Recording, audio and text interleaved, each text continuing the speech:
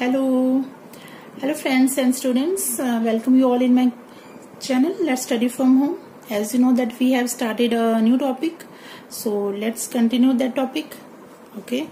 So see, I hope you can see. Okay, the coastal plains and the island group. ये हमने किया था. तो मैंने आपको ये पढ़ाया था. तो इसमें ना आपके एक एक नंबर के क्वेश्चंस भी बनते हैं. छोटे छोटे स्मॉल क्वेश्चंस हैं. जैसे आपसे कोस्ट के बारे में पूछा जा सकता है. ठीक है, कोस्ट लाइन का क्वेश्चन बन जाता है, कोस्टल प्लेन का भी बन जाता है, और आइलैंड की डेफिनेशन भी बन जाती है. देखिए बिल्कुल अच्छे से यहाँ समझाई गई है. और कोस्टल प्लेन्स जो हैं किस तरह से कहाँ तक स्ट्रेच हुए हैं. ठीक है, और ये कौन कौन से हैं. तो वेस्टर्न कोस्टल प्लेन्स है और ईस्टर्न कोस्टल प्लेन्स. और हमने वेस्टर्न कोस्टल प्लेन्स पढ़ा था. ठीक है, कहाँ से कहाँ तक था. ये आपका बड़े क्वेश्चन में आता है. लेकिन स्मॉल में आपको गल्फ की डेफिनेशन के बारे में पूछा था कि गल्फ होता क्या है.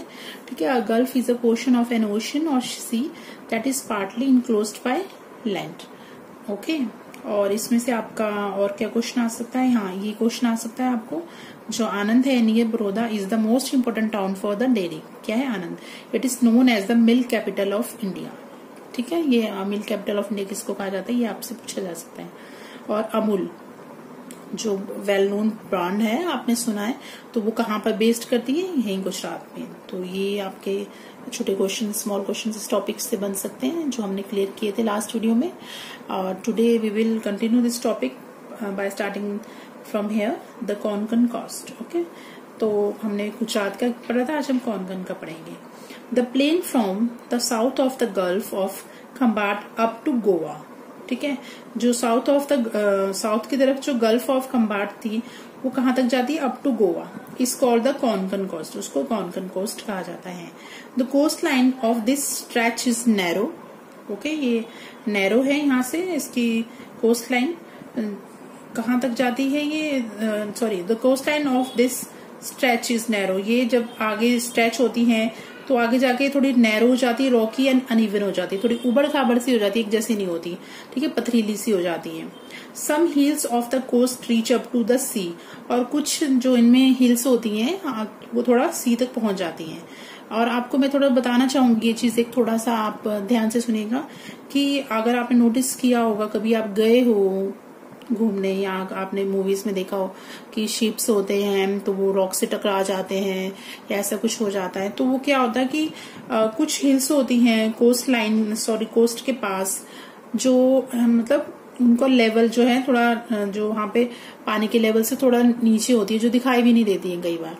तो उनको दिखाने के लिए क्या किया जाता है, वहां पर जो है एक तरफ से वहां पे वो बनाए जाते हैं लाइट हाउस बनाए जाते हैं, ताकि अंधेरे में अगर कोई आता है, दिन में तो शायद नजर आ जाए लेकिन अंधेरे में नहीं देख सकते, तो लाइट हाउस बन जाते हैं. तो उससे उनको पता लग जाता है कि हाँ जी आगे जो है कुछ हिडन स्टोन्स या रॉक्स है, ताकि वो उससे ना टकरा सके.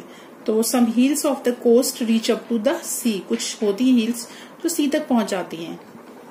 Therefore many light house have been built along the coast to warm the ships of the rocks hidden in the sea. तो ये लाइट हाउस बनाए जाते हैं और काफी ऊंचे होते हैं, ये दिन में भी दिख जाते हैं क्योंकि जो हिडन रॉक्स होते हैं वो नहीं दिख पाते.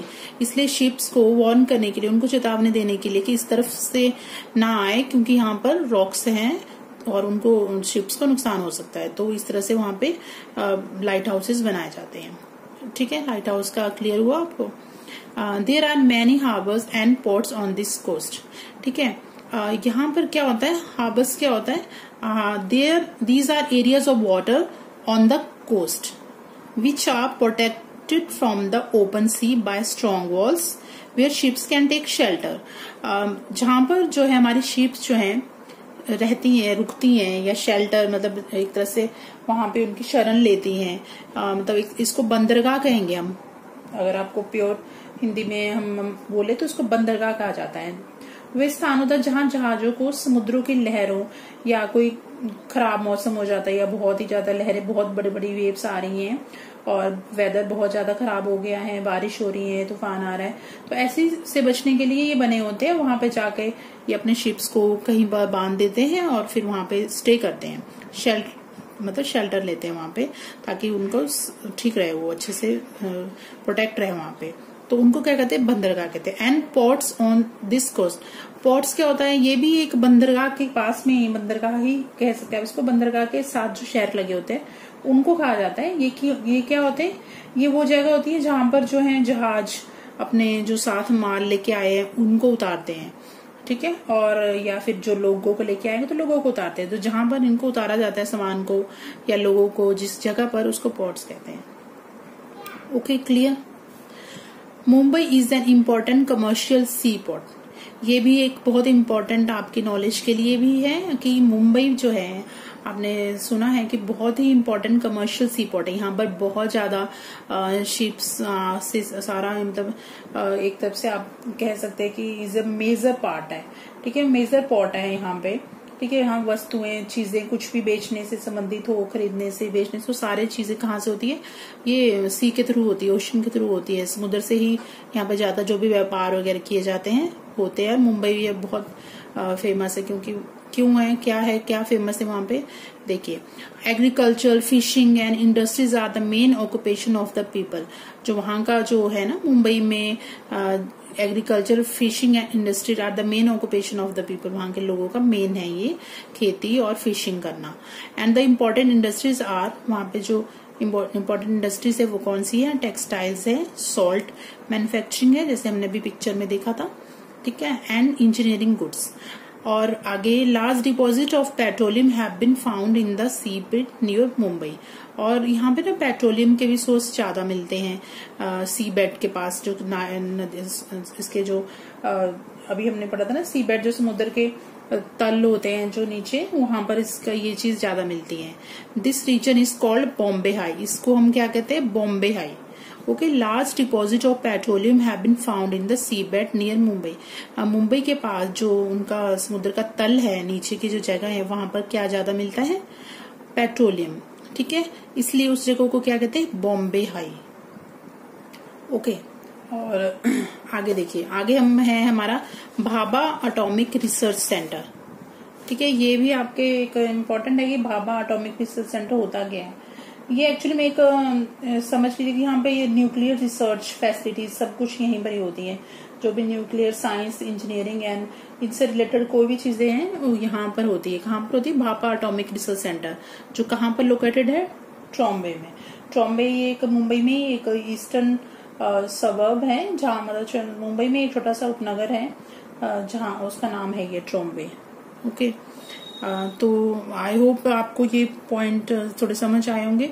इनको थोड़ा सा ब्रीफली हम समझ रहे हैं और थोड़ा टाइम लग रहा है छोटे छोटे पार्ट्स में भी, तो आपके लिए अच्छा है, क्योंकि आप बहुत अच्छे से इसको अंडरस्टैंड करेंगे। देखिए, कोंकण कोस्ट हमने किया, ठीक है, इसमें बहुत इंपॉर्टेंट चीजें बीच में आई है। देखिए, हमने बंदरगाह के बारे में पढ़ा है, हाबस के बारे में, पोर्ट्स में, दोनों में डिफरेंट है।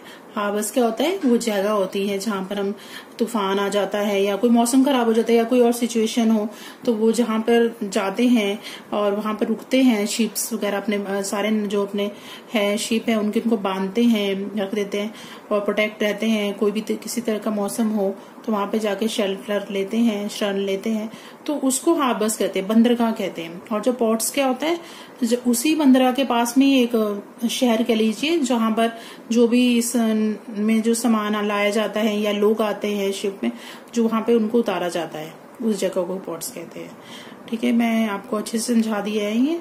अगर तभी भी आपको कोई प्रॉब्लम हो तो प्लीज मुझे कमेंट में बताइएगा, और अगर मैं फास्ट हूँ, स्लो, तो प्लीज तब भी बताएं प्लीज। अगर कोई प्रॉब्लम है, कोई क्वेरी है तो आप कमेंट बॉक्स में लिखें, और प्लीज वीडियो को लाइक कमेंट करना ना भूलें, और we will discuss other part in our next video.